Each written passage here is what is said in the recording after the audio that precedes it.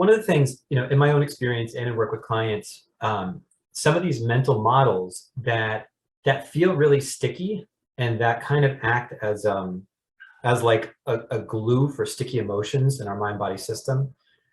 The reason they feel tenacious is because they feel objectively real.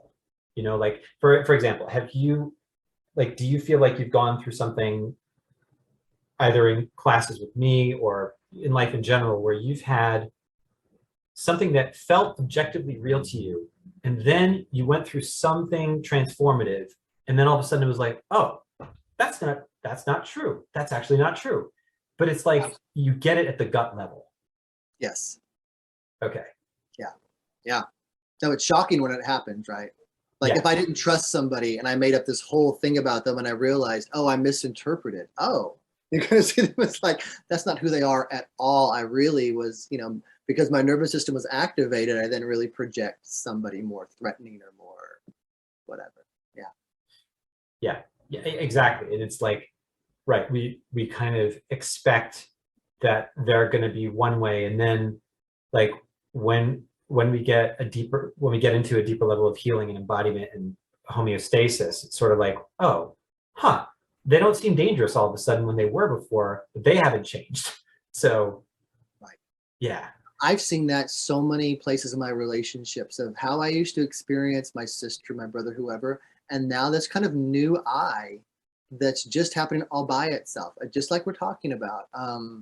I've noticed the innocence I didn't see.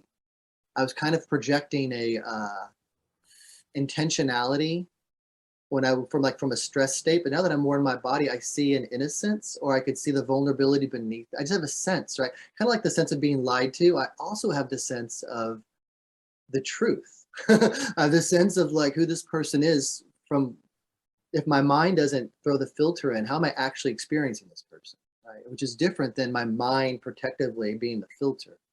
Yeah. Yeah. Yep. Totally. Do you like, and I think we started to get into this, but how would you feel like if we take the before snapshot and the present snapshot? Like, what does the present snapshot look like for you after doing work with the subtle core of the body and attuning to the pervasive space and doing some dyadic attunement work with people in class, doing the holding pattern, releasing of holding patterns and that sort of thing? How do you feel like your experience is different, and that maybe you have new tools with all of this? Yeah, like I just don't want to give it too much credit like I kind of want to.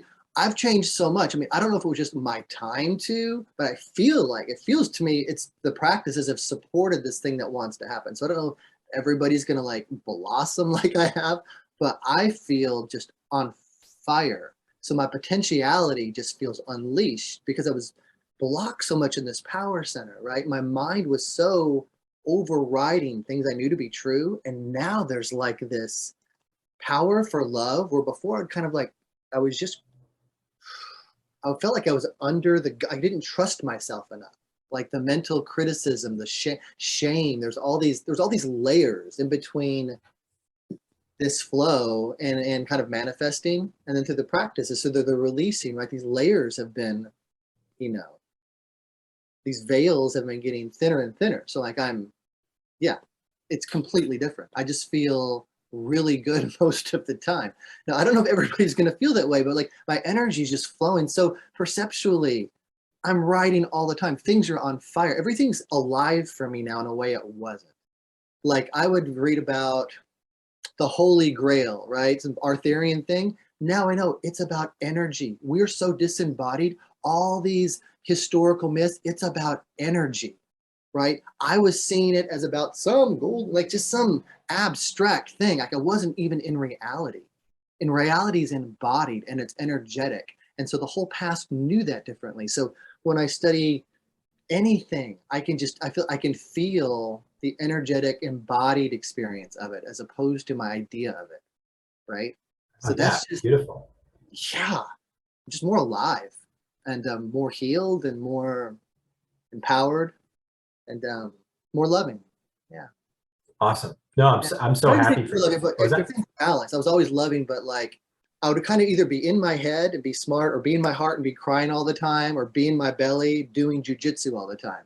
Where now, like, they're not all compartmentalized, right? I don't Yes. cry as much because it's more balanced. I still cry, right? But it's like, it's not like just this flood when I'm in touch with it. It's like it has legs underneath it. And then um, my learning, like I'm saying, my learning is a feeling now. And yeah, everything, like Gurdjieff talks about when our centers are, it's like a house in disorder, where it's like the gardeners are cooking the food, the chefs are doing the taking the trash out. You know, it's like everybody's doing the wrong job. And once you align the centers, you get embodied. Then when your house is in order, then you have access to the higher centers. So I feel like that, yeah, just that alignment allows great things to happen. You know, you just have access to the larger field. I feel presence more, you know. When I'm in nature, I'm smelling things more. I'm feeling being in nature, not just thinking about, you know, things all the time. My creativity is just on fire. Play the guitar a lot better. I feel it when I'm playing. I can solo so much more better because it's all about feeling. So like embodiment is like a magic. It's pattern. So I saw this study where they were studying people on the stock market. The best traders that even did good, even in horrible times, could the one thing they could do is they could feel their heart rate better than other people, their heartbeat. They could feel, right, their sensory motor. So the pattern recognition of everything is embodied, right? Our body recognizes patterns. So that pattern recognition thing is alive for me. So I'm in intuition into people. I can see patterns better. Where my mental mind doesn't see patterns, it sees it negates, right? It chops everything up. It's like a Right. scientific mind, you know. It's like analyzes everything. This is like, I feel synthetic. Before I was like analytic. Or like, well, how is that possible? How is that true? I'm not even thinking that way. I'm just feeling the natural experience of it, which is still different than breaking it down. Yeah. Yeah, so it sounds like there's just like an integration of like sensing, feeling, knowing versus just top level knowing.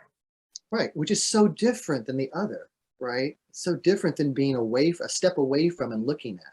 That's all I knew as reality, is looking at, wondering why we couldn't feel anything, you know? Yeah, yeah, right. Wondering why. Yeah, no, no. And you know, you're definitely not alone in that, because I think that there's a lot of spiritual type practices out there that are a bit more top down, and that they might only cultivate awareness or things like that. They might only cultivate that, and you know, And I think go ahead. there's so many people that experience that, right?